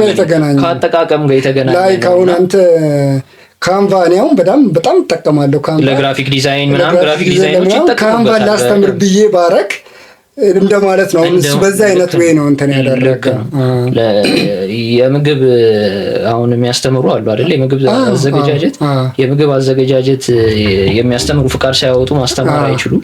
ነገር ግን እንደዛ ነው። እሱ አለው ኒው ኢንፎርሜሽን በእርግጥ መሆን አለበት። የትምህርት ተቋም ኮንግረስ ያው ፍቃድ ማውጣት አለብህ። ነገር ግን አሁን የምግብ ጋር ግን የተገናኘ ለምሳሌ የምግብ ቱሎችን እንዴት እንጠቀማለን፣ መክተፊያ እንዴት ይከተፋል፣ እንደዚህ አይነት ነገሮች ግን ስልጠና ልስጥ ብትል ፍቃድ የሚሰጥ አካል አለ ብዬ አላስብም። ግን ለየትኛውም ስልጠና የሆነ አውቶሪቲ ነው ሰዎችን ነው ትሬን የምታረገው። ግን አሁን ከፐርሰናል ዴቨሎፕመንት ጋር በተያያዘም እንደዚህ አይነት ኢሹዎች ጋር በተያያዘ እንዲሁ ስልጠና እንሰጣለን በሚል ትንሽ ቅጥም ያጣ ትንሽ በጣም በስቷልና ይህንንም ሬጉሌት መደረግ ያለበት ይመስለኛል እኔ። ምክንያቱም ብዙ ሰው ጥቅም ለሌለው ነገር ገንዘቡን ባያው በጣም በዛ ደግሞ እውነትን ነው። ሶሻል ሚዲያ ላይ አሁን ስልጠና የማይሰጥ የለም። በጣም ፎሬክስ ይሉሃል፣ ፎሬክስ ትሬዲንግ ኮርስ እንሰጣለን ይሉሃል፣ ድሮፕሺፒንግ ተብሎ ድሮፕሺፒንግ ይሉሃል፣ ፐርሰናል ዴቨሎፕመንት ይባላል፣ ሴልስ ይባላል፣ ሴልስ ማርኬቲንግ፣ እነዚህ ሁሉ ነገሮች በዝተዋል እና በጣም ሬጉሌት መደረግ ሌላ ግቢ ረገጠ። እንግዲህ የቆጣሪ አንባቢ ነገር ምን ታደርገዋል? ተመልካቾቻችን ቆጣሪ አንባቢ አይደለንም በሙያችን፣ ግን ያው የምናነሳቸው ሀሳቦች ብዙ ቦታ ወደኛ ያነካኩ ነውና በዚህ አጋጣሚ እንደዚህ የሚሰጡ ስልጠናዎችም በዚሁ ከእሸቱ ጋር ተገናኝቶ እውነትና አሁን it is not normal ተብሏል ማለት ነው። ከኢንስቲትዩቱ እኛም ኮንተንት እንስራ እንደ ማለት ነው። ከባድ ነው። ጥያቄ አንተ እውነትን ነው። አሁን በዚህ አስቤ አላውቅም ነበር። በእርግጥ በጣም ብዙ ሰው ነው ትሬን ያደረገው ከዚህ በላይ እንዲቀጥል ይችላል ድረስ በጣም ብዙ ሰው ነው ትሬን ያደረገው። ግን ምናልባት እንዳለው ሬጉሌት የሚያደርገው አካል የሚሰጠውን ስልጠና አይቶ ሰርቲፋይ በእርግጥ ይሄ ነገር እኮ ከዳታ እንትን ጋር ሊገናኝ እኮ ይችላል። አሁን ሰዎች በጣም ሁሉም በተማረ ቁጥር we are paying our data ይባላል አይደለ? አውር ምንድነው አውር ፕራይቬሲ እንደ ዳታ ማለት የትኛውም ፕሮዳክት ነፃ ከሆነ ያው አንተ ነህ ፕሮዳክቱ ነው የሚባለው። ዳታችን በሆነ መንገድ ከዛ ጋር የተገናኘ ብዙ ሆቲሾች አሉት። ኤኒዌይስ ብቻ ይሄ ነገር በጣም not normal በሁለቱም ሳይድ ኖርማል ያሉ ነገሮችን ተነስተዋል ማለት ነው። ይሄ ነገር በዚህ እንትን ብድል ይሻላል ነው። ሶ ኤኒዌይስ አዛኝ ዶፍ ዘዴ ልንል የምንችለው እኛ ለሁለታችሁም በጣም ክብር አለን። ለእሸቱም እኔ በጣም ስፔሻሊስት እሸቱን ከግቢ ያለው የኮሜዲ ስራዎቹን በተለይ በጣም እከታተላለሁ። ኢትስ ኒው ሪቮልቭ ነው ያደረገው የኮሜዲን እንትን። ከዛ በኋላ እና ያሲኖ ኢቭን ምን አለ ያረጋል ምናምን በጣም ብዙ ተከታዮች ራሱ በጣም ኢንስፓየር አድርጓል። አዲስ ነው በቃ ቶታሊ የኮሜዲን ዘርፍ የቀየረው እንደ አዲስ ነውና ለስራ ያለው ኮሚትመንት ምናምን በጣም አደንቃለሁ ነው ፐርሰናሊ። ያው ግን ዞሮ አይሳሳትም ማለትም ደግሞ አይቻልም እና ተሳስተዋልም እያልን አይደለም። ወደ ሜንቲንግ ዩአር ሴይንግስ ውድ ተመልካቾቻችንም ማንም ሰው በጣም ሁሉም ሰው ነካ ሳይድ ባይዝ የሚል መልእክት ነው ያለው። ሁሉም ሰው ያው የራሱ ጥሩና መጥፎ ጎን ይኖረዋል። ሁሌ መጥፎ ነው ተብሎ የሚታሰብም ሰው አይኖርም። ሁሌም ደግሞ ትክክል ነገር ያደርጋል ተብሎ የሚታሰብ ነገር ስለሌለ የተበላሸ ሰዓትም በቀን 2 ሰዓት ይሰራል። ስለዚህ የሁለቴ ሰዓት አንድ ቦታ ላይ ከቆመ ወይስ አናሎግ ከሆነ ዲጂታሉማ ይጠፋል። ጥቁር ነው የሚያሳየው ግን ለመስጠት ይሆናል። እሱም ያው እኔ መልክ እያሳየ ትክክል ነው። ይህን በዚህ እንዝጋውና ወደ ቀጣዩ ሀሳባችን እንመለሳለን። ጠብቁን።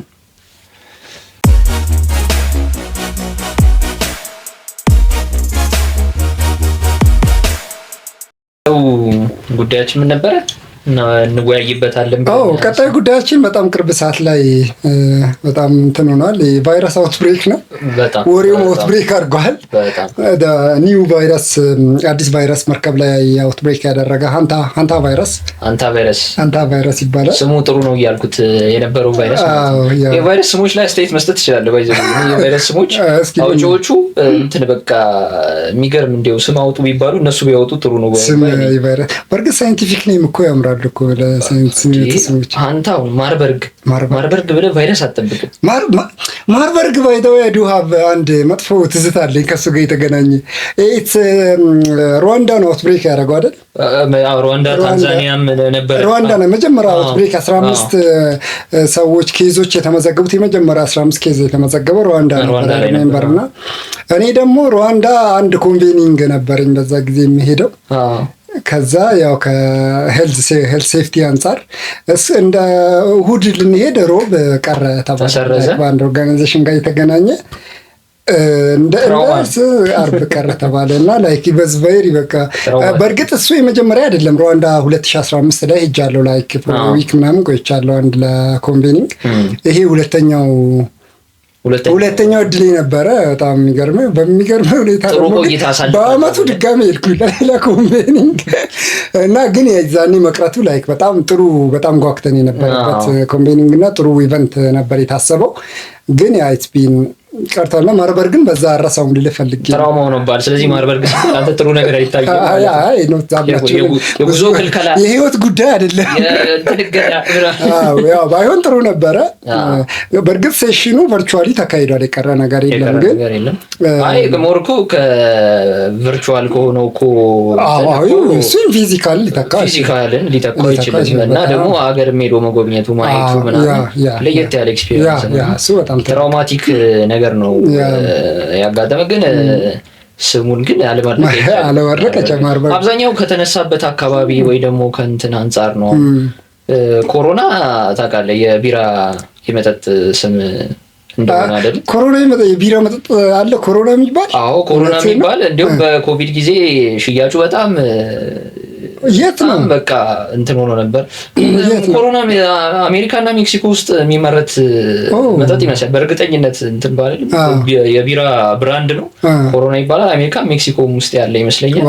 እንዲሁም አንዳንድ ኢንፍሉዌንሰሮች አለ ቲክቶከር ምናምን የሆነ ሰውዬ በሎሚ እየጨመረ ምናምን እየደነሰ የሚሰራ አለ በኮሮና በራስ በመጠጡ ራስ ኮሮና ቢራ ማለት ነው። በዛ ሰዓት ግን ኮሮና የሚለው ስም በጣም እየተወራ ስለነበረ ኮሮና ቫይረስ እየተባለ ሲወራ የቢራው ሽያጭ እንግዲህ በጣም እንትን ብሎ ነበር። ሰው እንግዲህ አጋጣሚና ሁኔታ የመገጣጠም ሁኔታ አስገራሚ ሆኖ ነው። እኔ ይሄን ሰምቼ አላውቅም። ላይክ በርግጥ ኮሮና ኢዝ ቫይረስ አይደለ? ኮቪድ ኢዝ ዲዚዝ። በርግጥ አንተ ብዙ ነገር እንደዚህ እንቀላቅላልና ድሮ ባዮሎጂ ላይም ቤዚክ ትምህርት የምንማረው ቫይረሱና ህመሙ ስማቸው ይለያያል። ስሙና ኤችአይቪ ኢዝ ዘ ቫይረስ ያባት ስም አላቸው። ቫይረስ እንትን አይልም ሲተነተን ሌላ እንትን ኮቪድም እንደዛው ነው። ኮቪድ 19 እሱም እንግዲህ ምህጻረ ቃላት ኮሮና ቫይረስ ኮሮና ቫይረስ ዲዚዝ ነው። ኮሮና ቫይረስ ዲዚዝ 19 ሳርስ ፋሚሊው ነው። ኮሮና ኢዝ ዘ ስፔሲፊክ ስፒሺስ ቫይረሱ ነው ይባላል። ዶንት ወሪ አባውት ያማን ጨነቅም ሌላ ነው። ግን አስገራሚ ነው ከአሰያየማቸው ጋር ተያይዞ በጣም ስለሚገርመኝ ነው። እና አንተ ስሙ ተመችቷል ማለት ነው። አንተም እንዴ አንተ አሁን ጥሩ በቃ የሚያሻሽት ይመስለኛል። ኦኬ እንግዲህ በቃ ምናምን የምትሸጡ ሰዎች አስቡበት። አንተ ብላችሁ ተው አያምጣብን አያርግብን። ቫይረሱም ሳይታወቅ በዛ በጠፋ ኢትስ ላይክ ቫይረሱ አውትብሬክ አደረገ የተባለው ውድ ተመልካቾቻችን ከአርጀንቲና የተነሳች የክሩዝ መርከብ ናት። ክሩዝ ማለት የሰዎችን እንደ ኤርፕሌን ከአንድ ሀገር ወደ ሌላ ሀገር የምትወስድ ናት። ወደ 170 ሰዎችን የምትይዝ ሰባ ሰው ክሩ ወይ ደግሞ 70 ሰራተኞች ያሏት መርከብ ናት ነው የተባለው። እንግዲህ የአንታ ቫይረስ አውትብሬክ አድርጎ እዛ እስከ 12 ሰው እንትን ሆኖ ኢንፌክትድ ሆኖ ላይክ ወደ 3 ሰዎች ሞቷል ምናምን ሲባል ሰምቻለሁ። ናት ዞሮ ፋታል ነው ማለት ነው። ቫይረሱ እንደቀላል የሚታይ ቫይረስ አይደለም። ከሞስትሊ አውትብሬክ ወይ ደግሞ ቫይረሱ የተነሳው ከእንስሳት የሚነሳ ቫይረስ ነው። የእንስሳት ላይ የሚገኝ ቫይረስ ነው የተባለው። በብዛት ደግሞ ቤት ውስጥ የሚኖሩ እንስሳት ስፔሲፊካሊ ደግሞ ከአይጥ ነው የተባለው። ለዛ ነው ቅድም አይጥ አንቱታ ይባላል። ከጃኔ የወሰዱት እንዴ ሊያስብል የሚችል መርከቧ ከአርጀንቲና ተነስታ ደቡብ አፍሪካ ደርሳለች። አይ ቲንክ መሰለኝ እሱ ነገር ነው የገረመኝ። መርከብም እንትን ይሰራል መሰለኝ ያቆራረጡ ይችላሉ። ስፔን ነው የሚሄደው ስፔን ነው ግን ደግሞ ሜቢ በአውትብሬኩ ምክንያት የቀረበው ቦታ ወደ ሳውዝ አፍሪካ ደርሶ ይሁን ግን አሁን የሰማሁት ዜና ቅርብ ሰዓት ደቡብ አፍሪካ እንደሆነች የሰማነው። ኦኬ እኔ ደግሞ የሰማሁት ዜና ምንድነው ስፔን መዳረሻው ነው። የስፔን መንግስት እንዲያው መንገደኞቹ ሲወርዱ ኳራንቲን የሚደረጉበትን ቦታ እያዘጋጀ እንደሆነና አቀባበል ሊያደርግላቸው በዝግጅት ላይ እንዳለ የሚገልጽ አይነት መረጃ ነው እኔ የተመለከቱት። እኔስ እናጣራለን። ደቡብ አፍሪካም ደርስ እንደውም እዛ የምትኖሩ አበሾችም ካላችሁ ላይክ ምናልባት ዶን ጥንቃቄዎች ምናምን በሚል በእርግጥ ቫይረሱ ኮሚኒቲ ውስጥ ገና እንትን አላረገም፣ ትራንስሚት አላረገም። ፎር ዛት ማተር ሰዎቹ በራሳቸው ኳራንታይን እንዲሆኑበት ቦታ ስለሆነ ያሉት ወደ ሌላ ሰው ኮንታጂየስ ወይ ደግሞ ትራንስሚት ያደርጋል ብለን አንጠብቅም። በዚህ በዘመነ ጊዜ ከሆነ ያው ዓለም ከኮቪድ አልተማረችም ማለት ነው ብለን የምንወስደው። አሁን ያለው ሁኔታ ያው ከኮሮና በኋላ ብዙ የዓለማችን እንትን ስለተዛባ ከዚህ በኋላ እንደዚህ አይነት ቫይረሶችን የመቋቋም እንትንና ምላሽ የመስጠት እንትናችን ቢያንስ በተወሰነ መንገድ ጨምሯል ብለን እናስባለን። እና አሁን ጥሩነቱ አንድ መርከብ ላይ መገኘታቸው እነዚህ ሰዎች ምን ታደርጋለህ ግን አንተ እዛ ብትሆን መርከብ ውስጥ ማለት በጣም there is no way to go እኮ የትም መሄድ አትችልም። የኮቪድ ጊዜ ኳራንቲን ገብተህ ነበር? አልገባሁም እንግዲህ እኔም አልገባሁም። ካልተከተቡትም ካልገቡትም ውስጥ ነኝ። ጭራሽ እየሰራሁ ነበር ስራ ውስጥ። ስለዚህ ምናልባት የገቡ ሰዎች ሞር ያንን እንትን የሚያደርጉ ይመስለኛል። ያው ኦልሬዲ የተያዙ ሰዎች በደንብ ህመሙ ራሱ ህመሙን የተያዙ ሰዎች በደንብ እንትን የሚያደርጉ ይመስለኛል። ህመም የሌለባቸው ግን ጭንቀቱ ራሱ ትንሽ ሳይኮሎጂካሊ ይከብዳል። እውነትም ላይክ አሁን ምንድነው ሞስትሊ አሁን ህመሙ ይተላለፋል የተባለው ሰውነት ፈሳሽ ነው። ላይክ በሰውነት ጽዳጅ ፈሳሾችም ወይ ደግሞ እንዲሁ ከሰውነት ከላብ ጋር ምናምን ተገናኝተው ሰውነት ፈሳሽ ነው የሚተላለፈው የተባለው። ከሰው ወደ ሰው ግን የመተላለፍ እንትኑ የዛን ያህል አይደለም፣ ዝቅ ያለ ነው በጣም እንደ ወረርሽኝ በቀላሉ የሚተላለፍ አይነት አይደለም። ሶ እንዳኬዝ አሁን እዛ መርከብ ውስጥ ከሆንክ ሰው አለማግኘት አትችልም። ሰዎችን የጫነ ነው። መጸዳጃ ለመጠቀም አትችልም። መጸዳጃ በሚኖሩ ፈሳሾች ይተላለፋል። ላይክ ሄጄ ራሴን ልጠርም አትልም። የትም ውሃ ነው ያለው። እዛ ውስጥ ብትሆን በጣም ከባድ ነው። ግን ያው ፈጣሪ ወደ ምድር ሳይደርስ እዛው ውሃው ላይ እንዲያስቀርልን እንመኛለን። እነዚህም ሰዎች ከዛ ሲሆኑ ያው ሕክምና በጣም በሚጠበቁበት ሁኔታ ሌላ ሰው እንትን በማይሉበት ሁኔታ ላይ ስለሚሆኑ ያው በሽታውን ሞር ለመቆጣጠር ቀላል ይሆናል ተብሎ ይታሰባል። የዓለም የጤና ድርጅትም ያወጣው መግለጫ ያው ፖቴንሻሉ ፓንደሚክ የመሆን ወይ ደግሞ እንደዚህ ዓለም በሙሉ የማዳረስ እንትን ያን ያክል እንትን ነው ተብሏል። ሪስክ ያለው አይደል፣ ሎ ሪስክ ነው የተባለው። ያንን ስታይ ያው በእርግጥ ቫይረሱ አደገኛና ገዳይ ቢሆንም መተላለፍ እድሉ ግን ከተነሳበት ቦታ አውትብሬኩን ከተሰማበት ቦታ አንጻር በሰልፍ ኳራንታይን ለማድረግ በጣም የሚቀል ነው። ኮንትሮል ለማድረግ የሚቀል ቦታ ነው።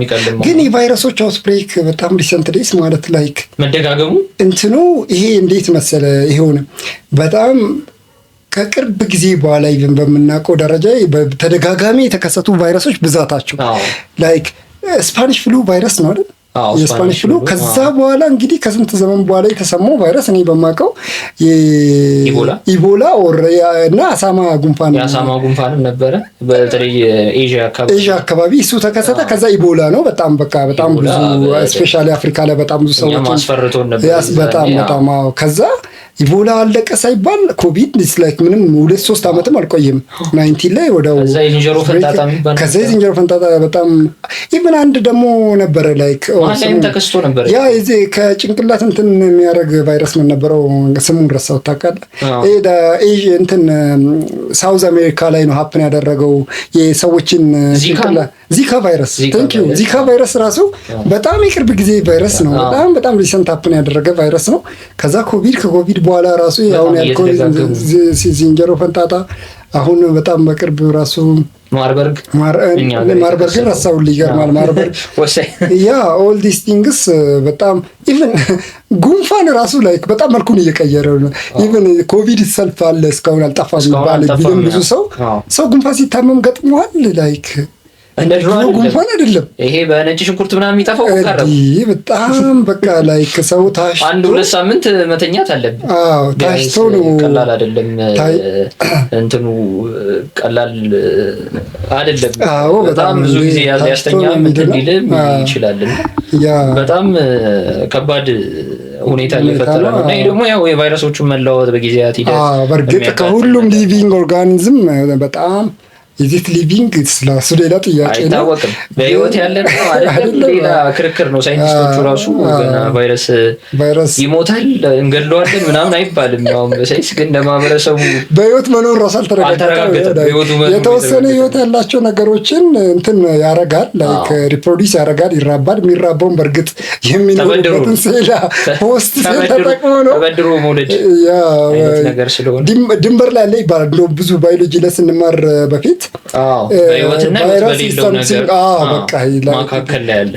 መካከል ላይ ያለ ነው ይባላል። ላይክ ህይወት ሲያገኝ ህይወት የሚሆን ህይወት ሲያጣ ህይወት አልባ የሚሆን ረጅም ጊዜ ውስጥ ቁጭ የሚሉ እንትኖች ናቸውና አሁን ራሱ የሆነ አንድ ስፔኩሌሽን አለ አይደለ? ከበረዶ ግግር ጋር እሱ የቀለጠ ሲመጣ ከክላይሜት ቼንጅ ጋር የተነሳ ድሮ የተደበቁ በጣም ቫይረሶች በረዶ ላይ ያሉ አሁን በውሃ መልክ እንግዲህ ወደ ውሃ አካላቶቻችን እየገቡ እነዚህ አዳዲስ ቫይረሶች በደንብ እንዲጨምሩ አድርጓል የሚልም ቲዮሪ አለና አሁን ኮቪድ ከውሃ አካላት ከአሳ ምናምን ከማርኬት ነው የሚሉት። ግን አሳ ማርኬት ነው የዌት ማርኬት ነው የሚሉት። ዌት ማርኬት ማለት እርጥበት አለው። በዚህ እንስሳቶች ሊቪንግ ማርኬት ነው። እንስሳቶች ይሸጣሉ፣ የሞቱ እንስሳቶች ይሸጣሉ።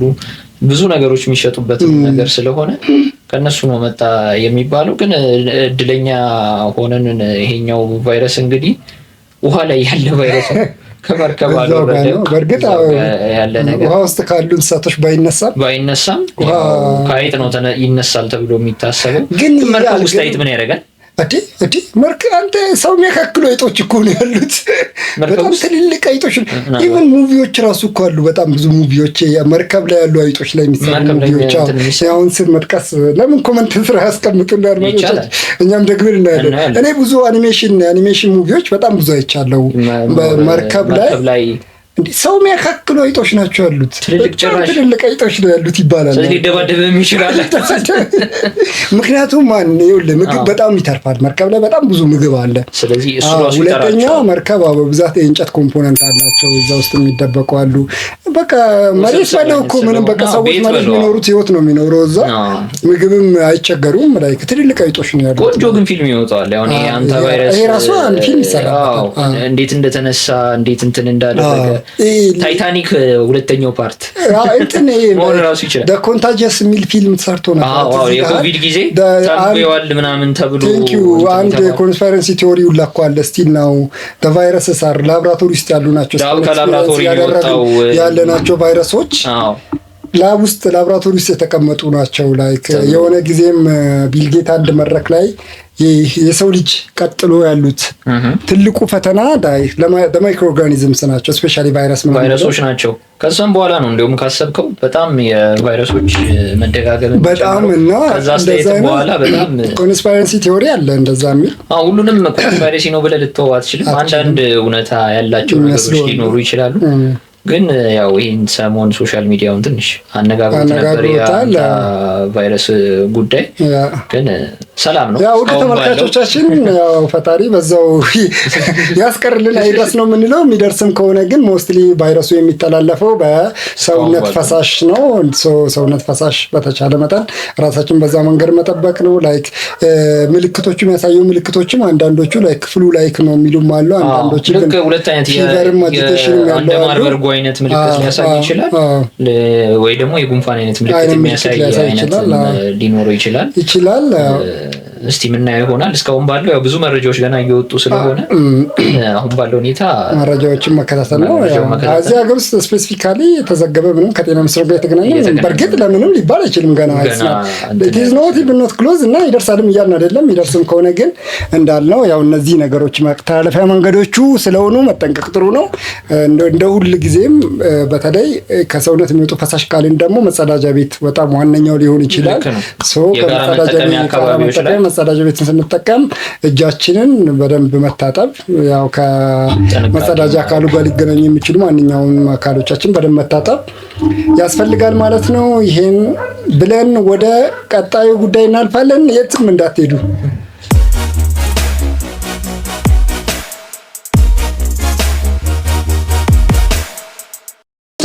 ተመልሰናል። እንግዲህ መጨረሻ የምናነሳው ሀሳብ ምንድን ነው? የሰሞኑ የነዳጅ ነዳጅ ሰማይ ወጥቷል። ይሄኛው ጦርነት መቼ እንደሚያወራ ባናውቅም ቀዘቀዘ ስንለው እየሞቀ ሞቀ ስንለው ደግሞ እየቀዘቀዘ አለ ያለ ጦርነት ሆኖ አሁን ሰሞኑን ማለት ናፍጣ ነበረ። በጣም ከተማ ውስጥ በጣም ብዙ ነገሮች የተከሰቱ ሰው 2-3 ቀን አዳር እያደረ ነበር የሚገኘው። በግማሽ ተደርገው ነበረ የሰፕላዩ አቅርቦቱ ላይክ አሁን ደግሞ ቤንዚን ጠፍቷል ከተማ ውስጥ። ቤንዚንም በጣም እንትን ማለት ጠፍቶ ይሆን አላውቅም። በጣም ዋጋውም ጨምሯል። ቤንዚኑም ጠፍቷል። ወረፋው ሌላ ታሪክ ሆኗል ማለት ደግሞ የለም ይባላል። ቤንዚን ሻል ይል ነበር እንደውም አሁን ይሻል ነበር አይጠፋም እሱ ነገር ግን ገብቷል። መጀመሪያ አካባቢ ሰው ሁሉ በጣም እንትን ያደርግ ነበር ይጣ እንዴ ናፍጣ እየኖረ ቤንዚን ለምንድን ነው ቤንዚን እያለ ለምንድን ነው ናፍጣ የሚጠፋው ምናምን ብሎ ሲጠይቅ እኔም በዚህ አጋጣሚ ነው የተረዳሁት። ላይክ ቤንዚን ኢትዮጵያ ከሳውዲ አረቢያ ነው ኢምፖርት የምታደርገው። የቀይ ባህር በኩል ነው የሚመጣው። ያኛው ከኩዌት ነው። ኩዌት ስትሬት ኦፍ ሆርሙዝን ነክቶ ነው ዳይሬክትሊ አፌክትድ ይደረጋል ማለት ነው። እና ነዳጅ ሲባል እኔ በቃ ከአንድ ሀገር የሚመጣ ነበር የሚመስለኝ። እኔም እንደዛ ነው። ይህን ያክል ያው ሎጂስቲክሱን ስለማናውቅ ቤት በኩል አድርጎ ይገባል። ለዛ ነው ለዛ ነው ናፍጣ በጣም ጥረት ተከስቶበት የነበረው። ሳውዲ ግን መምረት አለባት ካለማምረት ነው ብለህ ነው አላውቅም። እስኪ ፈርዘር እናነባለን። ካለማምረቷ ነው ወይስ ለአደር አድቫንቴጅ ኦፍ ምናልባት ሰፕላዩን ከኩዌት መሆኑ። በእርግጥ ቤንዚን ማምረትና ናፍጣ ማምረት ኢዝ ኖት ዘ ሴም ላይክ በጣም ሶፊስቲኬትድ ፕሮሰሱ ይለያያል። ፕሮሰሱ በእርግጠኝነት ይለያያል። ግን ያው እንደው በቀይ ባህር በኩል ይሄንንም ከላኩ ምን አይልኩም ብዬ ነው ሰው ይሄ ይሆናል ብለህ አታስብም። አሁን ሌበር አድቫንቴጅ በሚሰጥ ሀገር ሰላም በሆነ ጊዜ ነው ሀገራቶች ሰላም በሆነ ጊዜ ነው ይህንን የምታስበው የምትወስነው። ብቻ ዳሜንቲንግ ጉዳዩ ናፍጣና ቤንዚን የዛን ያህል ልዩነት ፈጥሮ የነበረው ናፍጣ ከኩዌት ቤንዚን ደግሞ ከሳውዲ አረቢያ ኢምፖርት እናደርግ ስለነበር ነው የቤንዚን እንትን እንደዚህ ግን አሁን ደግሞ አት ዘ ሴም ታይም ቤንዚንም ናፍጣው ነው ጠፍቷልና ግን ከዚህ ጋር ተገናኝቶ የቤንዚን መጥፋትን ጉዳይ ሳይሆን ላይክ በጣም ሰሞኑን ሶሻል ሚዲያ በየአቅጣጫው በቃ ስክሮል ባረክ ቁጥር የሚመጣብህ በሜትር ታክሲ እና ጉዳዩ ተያይዞ ያሉ ጉዳዮች ናቸው። እና ምንድነው በጣም ሞስትሊ እየተወራ ያለው የሜትር ታክሲ ሹፌሮች ላይክ ታሪፋችን አልጨመረም ነው። ነዳጅ በጣም እየጨመረ ነው። ድርጅቶች በጭራሽ ዋጋ እየቀነሱ ይፎካከራሉ። በዚህ ሰማይ እየነካ ነው የሚሉት ድርጅት። በእርግጥ እኔ የገረመኝ ይሄ ነው ታውቃለህ። ከድርጅቶች አንድም ሰው ምንም ያለው ነገር የለም። መግለጫ ሳይሆን እንደው ማለት አቋማቸውን የሚገልጽ ነገር ከአንዳንዶች በስተቀር ምናልባት ለሹፌሮች ዳይሬክት መልዕክት የሚያስተላልፉ አሉ። ዋጋ ታሪፍ ጭማሪ አድርገናል እንደዚህ እያሉ የሚያስተላልፉ አሉ። ከዛ ውጭ ሶሻል ሚዲያ ላይ በቃ ሹፌር ብቻ ነው እንትን የሚያወራው እና ምንድነው ፓርትነርሺፑ እንዴት ነው እየሆነ ያለው ላይክ ምንድነው ጉዳዩ ራሱ ምናምን ብለህ ጥያቄ እንድታደርግ ያደርጋልና ግን ምን ታዘብክ አንተ ከዚህ ጋር ተገናኝቶ ሰው ጥሪም እያገኘ አይደለም የሚል ነገሮች አሉ። በጣም ከሹፌሮቹም ጋር ተያይዞ አሁን ብዙ እንትኖች እየመጡ ነው። ብዙ ኮምፕሌንስ በስቷል። በተለይ ደግሞ ከዚህ ከታሪፍ አወጣጥና እንትን ጋር አያያዝ ጋር ብዙ የሜትር ታክሲ ድርጅቶች አሉ እንደምናውቀውና ከተማው ላይ አብዛኞቹ የሚያወጡት ዋጋ አሁኑን ያለንበትን ሁኔታ ታሳቢ ያደረገ አይደለም ነው የሚሉት። አብዛኞቹ ታሳቢ ያደረገው አይደለም ሳይሆን ወጥ አይደለም። ይሄ ነገር በጣም ብዙ እንትን እያደረገ ነው። ብዙ መነሻ ለብዙ ጉዳይ መነሻ እንዲሆን እያደረገ ነው። ዋዥቃልም ነው ዋጋው እንደ መንግስት ላይ ግባበትና ዋጋ ወጥ ይሁን የሚሉ አሉ። በእርግጥ አሁን በቅርብ ነው ያሰፋ መዝገቡ የምትሰማው አውቶ ሴፍቲ እሱ ለምን ሰማኝ ትራንስፖርት ቢሮ አይዶ ነው የሚመለከተው አካል ብቻ መመሪያ ለማዘጋጀት እየተንቀሳቀሰ ነው የሚል ነገር ሰምቻለሁ። ለመጀመሪያ ጊዜ ከስንት ጊዜ በኋላ ኦነስትሊ ስፒኪንግ ደግሞ ይመስላል ያስፈልጋልም ይመስላል። ለምን መሰለህ በጣም ቅርብ ጊዜ ምን ተደረገ? ነዳጅ እየተወደደ ድርጅቶች ታሪፍ አላሻሽል ሲሉ ሹፌሮች ምን ማድረግ ጀመሩ? በጥሪ ማዕከል ወይ በድርጅቶች ያገኙትን ከስተመር በራሱ በዚህ በግል ስምምነት መውሰድ ጀመሩ። እንደ ኮንትራት በቃ ጥሪውን ካንስል እያደረጉ መውሰድ ጀመሩ። አሁን ይሄ ደግሞ ለድርጅቶቹ አዋጭ አይደለም። ምክንያቱም ኮሚሽን ነው የሚያገኙት ሰዎቹ ጥሪው አፕሊኬሽኑ በጠራው ልክ ኮሚሽን ነው የሚያገኙት፣ ማግኘትም አለባቸው። ከዛ ይሄ ምን አደረጉ? ሄደው ለመንግስት ትራንስፖርት ተቆጣጣሪዎች ያለ እንትን እየሄዱ ነው፣ ያለ አፕሊኬሽን እየጫኑ ነው፣ እሱ የመንግስት ግብር እያሻሹ ነው የሚል ነገር ተነሳ። እሱ ሲባል ሹፌሮቹ ወደምን ሄዱ? ወደ እልህ ገቡ። ጉዳዩን እስካሌት ያደረገው እሱ ነው። አሁን ሹፌሮቹ ከሱ ጋር ተነስቶ ጥያቄያቸው ምንድን ነው? የትራንስፖርት ቢሮ በአፕሊኬሽኑ እንድንሰራ ሲያስገድደን በየትኛው አፕሊኬሽን ነው የምንሰራው? በግለሰብ አፕሊኬሽን ስራ እና ግብር ክፈል ማለትስ መብት ነው ወይ? ይቻላል ወይ? ግብር እንከፍላለን፣ ኮርስ ውስጥ ነው ፍቃድ አለን። ግን አንድ ወጥ ስርዓትና ወይ ራሱ ደግሞ መንግስት ተመሳሳይ ፕላትፎርም በኪሎ ሜትር ሄደን ከፍለን በዛው ደግሞ ሊቆረጥ የሚችልበት አሰራር ይመቻች ነው የሚሉት። ደግሞ በቃ በዚህ ሳይድ ስትሆን ላይክ ጄኑዊንሊ ትክክል ነው። ላይክ ምክንያቱም ድርጅት ነው፣ በድርጅት ተነስተ የራስን ድርጅቱ ሳይጠቀም ፍቃድ አላቸው ትራንስፖርት አገልግሎት ለመስጠት። ትራንስፖርት አገልግሎት ሲሰጡ ግን ለእነዚህ ድርጅቶች ብቻ ነው ብሎ ደግሞ አይደለም፣ በህግም ሎጂካል አይደለም አይደለ? የሚያስኬድ አይመስልም። ላይክ ሹፌሮች ወደዛ ተገለበጡ። አሁን ይህን ሁሉ ምንድን ነው የመጣው? የታሪፍ ጉዳይ ናት። የታሪፍ ጉዳይ ነች። አያዋጣ። አንዳንዶቹ ነዳጅ 35 ብር ነው 40 ብር በነበረ ታሪፍ አሁን እየሰሩ ነው የሚሉት። ማለት ከስንት ጊዜ በፊት ነው። እኔ አላስታውስም። ነዳጅ ብቻ አይደለም እንግዲህ ያውን ጊዜ ኑሮ ውድነት ፋክተር እኮ ሾፌሩ ላይ ብዙ ነገር ዋጋ እንዲጨምር የሚያደርጉ የትራፊክ ቅጣቱ ላይ ጨምሯል። ቴንክ ዩ የዛሬ 2-3 ዓመት እኮ 300 እና 100 ብር እኮ ነው 200 ብር ነው 350 ብር ትልቁ የምትቀጣው ቅጣት ነው። ሜቢ 400 ብር አሁን እኮ ላይክ ትልቁ ቅጣት አይደለም። አንድ ሁለተኛ ሪከርድ ካለ 1800 ብር 1500 ብር 1800 ብር ትከፍላለህ። ገብቷል። እና ያ በጣም ብዙ ነው። ከሱ ጋር የተገናኘ ደግሞ እንዳልከው ነው። አሁን እነዚህ ድርጅቶች ከኛ ኮሚሽን ከማግኘት አሁን ጥቅማቸው ሲነካ ወደ መንግስት ሄዱ። ላይክ በቴክኖሎጂ ታግዘው ነው ሾፌሮቹ ስራ የሚሰሩት አይደለ? ቴክኖሎጂውን ተጠቅመው ቴክኖሎጂው ማለት አንተ ከዚህ ቤት ወጣክ እዚህ ጋር ፒክ አድርገኝ ስትል እዛ ጋር ቆሜክ ፒክ ላደርግ ይገባል። ቴክኖሎጂው ራሱ በመሰረታዊነት እሱን ነው የሚሰራው። እንደ ፌርማታ የለውም። ፌርማታ የለውም። በፌርማታ እንዲሰሩም ይከለከላሉ። አይቻልም። ፌርማታ ስትጠራ ነው ሄደህ ፒክ የምታደርገኝ። ስጠራክ በቃ የትም ቦታ ልቆም ትችላለህ፣ የትም ቦታ ልትወርድ ትችላለህ። መቆሚያና መውረጃ ስንቀጣ ይሄንን እንኳን አድቮኬት አላረጉልንም ነው። ይሄን ሁሉ ኮሚሽን ጊዜ ከኛ ሲያገኙ ድርጅቶቹ አድቮኬት አላረጉልንም ይሄን ሁሉ ጊዜ። አሁን ላይ ኮሚሽናቸው መነካት ሲጀምር መጡ ነው የሚሉት። ላይክ እንደዚህ ቅሬታ መቅረብ ጀመረ ነው የሚሉት። ኦነስትሊ ሾፌሮቹም ትሩዝ አላቸው፣ ድርጅቶቹም ትሩዝ አላቸው። ድርጅቶቹ ግን በጣም ድምፁ በዛና ፓርትነርሺፕ ቢያስመስል ቢመስል ጉድ። አሁን ብዝበዛ እየሆነ መጣ ነው። እየበዛ ምን መጣና ላይ ብዙ ድርጅቶች ስላሉ ደግሞ ዋጋ በዚህ ሰዓት መስቀል ያው ተመራጭ አያረግም ብሎ ያረጋል ነው። እሱ ደግሞ ዋጋ ዝቅ ያደረገ ፉክክር ውስጥ ገብቷል። ኦነስትሊ ደግሞ እንትንም አይመስልም አይደለ? ሎጂካል አይደለም። እቃ እየጨመረ ዋጋ ያው በአንተ ንብረት ባልሆነ ነገር ላይ አይደለ? ላይ ፓርትነርሺፕ ነው። ፓርትነርሺፕ ሹፌርና ድርጅቶቹ ፓርትነርስ ናቸው። ከዛ ለሁለት ፓርትነር ሆኖ አንድን ካስተመር ነው ሰርቭ የሚያደርጉት። ከፓርትነር ጋር ሳትስማማ ካስተመርን ሳስፈልግ ልታደርግ አትችልም በጭራሽ። ሹፌሩም ከድርጅቶቹ ጋር መስማማት አለበት ፓርትነሩ ነው። ምክንያቱም ጥሪዎችን የሚያገኘው በእነሱ ነው። ምክንያቱም በተቋቋሙበት አዋጅም በሚያደርጉትም ሰርቪስ ተሰልፈው ታክሲ ጠርቶ ሰው መጫን አይፈቀድላቸው። በቴክኖሎጂ ፑል አድርገው ነው መያዝ ያለባቸው። ሹፌሮቹም አቅራቢ ድርጅቶቹ ጋር መስማማት ይኖርባቸዋል።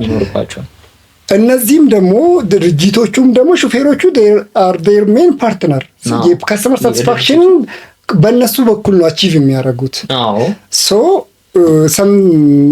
አለው ላይ አሁን ለጊዜው አማራጭ ያለው የሚመስለው ሹፌሩ ነው። ምክንያቱም አንዱን እየዘጋ ሌላውን ይጠቀማል። ያም ልክ አይሆንም። ያኛውም ነገ አንዱን ዘግተ ሌላው ጋር ስትሄድ ያኛውም ለብቻው ከቀረ በኋላ እንደማይበዘብዝ ምንም በእርግጠኝነት የለህም፣ ዋስትና የለህም። እንዲሁም አዲስ እንደዚህ የሜትር ታክሲ አገልግሎት ለሚሰጡ ወይ ደግሞ ሶፍትዌር ለማበልጸግ ለሚፈልጉ ምቹ አጋጣሚ ይመስለኛል። የሁለቱን አድምጣ ይሄ ችግር አለ። አሁን የፓርትነር ፊሊንግ እየተሰማን አይደለም ነው በብዛት የሚሉት እንደዛ ነው። እንደዚህ አይነት ፊሊንግ እንዲሰማቸው የሚያደርግ አንድ ድርጅት ሶፍትዌር አበልጻጊ ካምፓኒ ዴቨሎፕ ቢያደርግና ስራው ላይ ቢገባ አብዛኛው ሹፌር ለምንድን ነው ሌሎቹን የሚጠቀሙ? ቀጥታ ወደዛ ሙሉ ማድረግ ይችላል። እና እነዚህ ሰዎች ሹፌሩ ከሌላቸው ደግሞ ሊሰሩ አይችሉም። ስለዚህ ይህንን አጋጣሚ መጠቀም የሚፈልጉ የሶፍትዌር አበልጻጊዎች ካሉ በጣም ምቹ ነው። እኔ ከነሱ ሁሉ ደግሞ የምለው ትራንስፖርት ቢሮ በጣም ትልቅ ሊጠቀም ይችላል። ላይክ ትልቅ ሚና ሊጫወት ይችላል። በኪሎ ሜትር ወጥ ታሪፍ ቢቀመጥ ሳሁን ካለው አቨሬጅ ተወስዶ ወይደር ሶስቱንም አቦያይቶ ተጠቃሚም የተወሰነው አካል ተሳፋሪም ድርጅቶቹም ሹፌሩም አሁን እኮ በጣም እንደውም በጣም አንፌር ነው ብዬ ያሰብኩበት የሬጉላቶሪ አካሉና የትራንስፖርት ቢሮና ድርጅቶቹ ሹፌሩን ትቶ ይወያያሉ። ላይክ ይደራደ which is totally wrong። ግን እኔ የሰማሁት እንዲሁም እነዚህ የሜትር ታክሲ የሚሰጡ አሽከርካሪዎች ማህበር የላቸው። አንዱ ደግሞ እሱ ነው የሚነሳው። ድክመታቸው የሚመስለኝ ሁሉም በግሉ ነው የሚሰራው። እነዛ ድርጅት ናቸው። ከሆነ ይታወቃሉ፣ በመንግስት ሪኮግናይዝ ናቸው።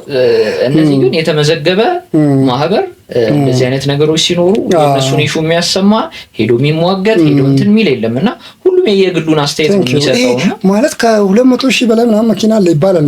እንደዚህ የሚሰጥ 200,000 ማለት 200,000 ሰው እንዴት ማህበር ማቋቋም ያቅተዋል? ላይክ እንዴ 100 አባላት ያሉት ማህበር እኮ አለ። አዎ እና ደግሞ ብዙ ጊዜ እንደዚህ እነዚህ አሁን እንደ ሰራተኛ ብታስቡ አሁን ድርጅቱ እነዚህ የሜትር ታክሲ አገልግሎት ሶፍትዌር አበልጻጊ ካምፓኒዎች ነው አይደለ? ድርጅት እነዚህ ሰራተኞች ነው ፓርትነርሺፑ ቀርቶ ሰራተኞች ናቸው ተብሎ ቢታሰቡ ሰራተኛ ምን ጊዜም ደግሞ መብቱ የሚያስከብረው በማህበር በኩል የትም ቦታ ላይ እንዲሁም አንዳንድ ጨቋኝ ድርጅት ሲሆን ምን ያደርጋል? ማህበር አልፈቅድም ይላል። አዎ ማህበር የሚያፈቅዱ ድርጅቶች አባል መሆን አሁን አማዞን ይሄ አሁን የውጭ ሀገር ታሪክ ነው። አማዞን አሁን ዩሮፕ አንዳንድ ማርኬት ላይ ተከልክሏል። አሜሪካ ውስጥ ነው የሚሰራው ምክንያቱም አይፈቅድም። ሰራተኛ ማህበር አባል መሆን አትችልም። ሰራተኛ ማህበር ማቋቋም አትችልም። ማቋቋም አባል መሆን አማዞን አሁን ዌርሃውስ ውስጥ ብትሰራ የሰራተኛ አሁን እዛ ውስጥ የሚሰሩ ሰዎች ሰብሰብ ብሎ ማህበር ማቋቋም አይፈቅድም። ምክንያቱም እነዚህ ሰዎች ማህበር ካቋቋሙ ጥያቄ ያነሳሉ የሚል ነገር አለ። ሁሌም ማህበር የሚቋቋሙ ጥያቄ ለማንሳትም ስለሆነ ለጥያቄ ለሰራተኛው ለተቋቋሙ ክለት ጥቅም ነው የምትቆመው ሁሌ። ይሄም ነገር ስላለ ማህበር መቋቋሙን እንደ ቀልድ መታየት የለበትም። ማህበር ከተቋቋመ መብታቸውን ለማስከበርና ድርጅቶቹንም ለማስገደድ ትልቅ ድምጽ የሚኖራቸው ይመስላል። አሁን ግን የተበጣጠሰ ነገር ስለሆነ ከተመቸ ስራ ካልተመቸ ዞር በልም ሊል ይችላል። ድርጅቱም ይሄ ነገር ከመፈጠሩ በፊት ነገሩ ከመካረሩ በፊት ፓርትነርሺፑን አንድ ማድረግና ሴትል ማድረግ ጥሩ የተሻለ ነው። ካልሆነ እንዳልከው 200,000 ቁጥሩ ካለ እንደዚህ የሚያክል የሜትር ታክሲ አገልግሎት ሰጪ ባለመኪና ካለ የራሳቸውን እኮ ሶፍትዌር ማበልጸግ ይችላሉ ማለት ነው። አክሲዮን ማህበር መመስረት ይችላሉ ማለት ነው። እሱ ነገር ግን የሆነ ጊዜ ሶሻል ሚዲያ ሲዘዋወር አላየህም?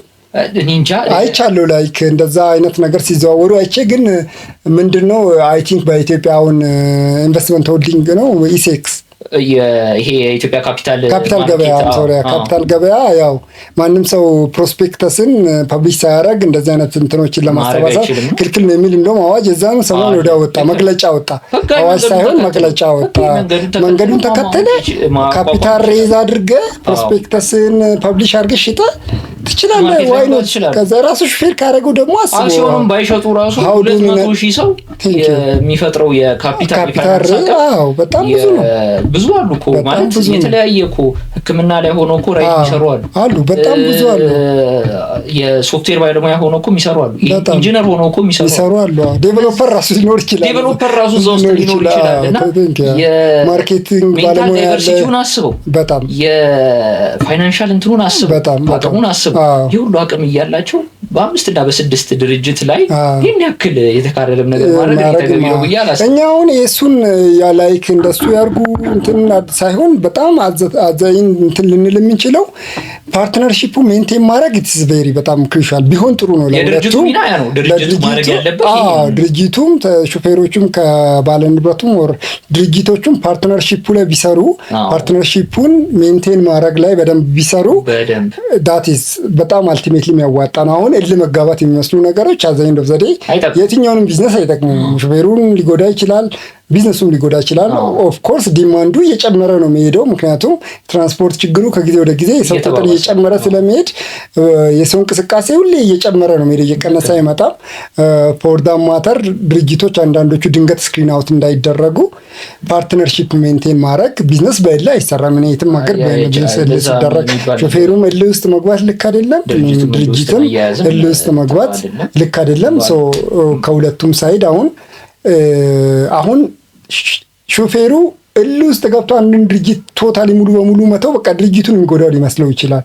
አታውቅም። ድንገት 1000 መኪና ገዝቶ በቃ የእሱን ጥሪ ብቻ የሚሰሩ ድርጅቶችን ቢያሰማራ አዘይንዶ ሹፌሩን ሊጎዳ ይችላል። ከዛ ማርኬት አት ዘ ሴም ታይም ደግሞ ድርጅቱ ሹፌሮቹ ሙሉ በሙሉ የዚህን ድርጅት ጥሪ አንቀበል ምናምን ብሎ ቢተው ደግሞ በቃ ኦልሞስት በስሩ በጣም ከባድ ሊሆን ይችላል እና ልክ አይመጣም። ፓርትነርሺፑ ሜንቴን ማድረግ ብቻ ኢትስ ቬሪ ጉድ። ሁለተኛ ከሱ በላይ ፓርትነርሺፑ ላይ ኮንቴክስቱን መረዳት ማለት ማርኬቱ ምን ያህል ነው፣ ወጪው ምን ያህል ሆኗል፣ ላይክ ኢንካሙ የአንድ ሰው ግለሰብ በኢንቨስትመንቱና የተገናኘ ኢንፍሌሽኑ ከኢንፍሌሽኑ ተያይዞ ደግሞ ላይክ የመኪና ጋር የተገናኙ እቃዎች አወዳደድ ደግሞ በጣም በቃ ግራ በሚያጋባ አስደንጋጭ በሆነ አይነት ሁኔታ ነው እና እንደውም ስፔሻል ኮንሰርን ሁላ ሊፈልግ በሚችል መልኩ ማለት ነው። እና ሁሌ አላቅም ለምን እንደሆነ አላቅም እዚህ ሀገር ትራንስፖርት ሰርቪስ እንደ ሰርቪስ አይቆጠርም። ላይ ድሮም ታክሲ ላይ ተሰልፈ ምን እንደሚሆን ታውቃለህ።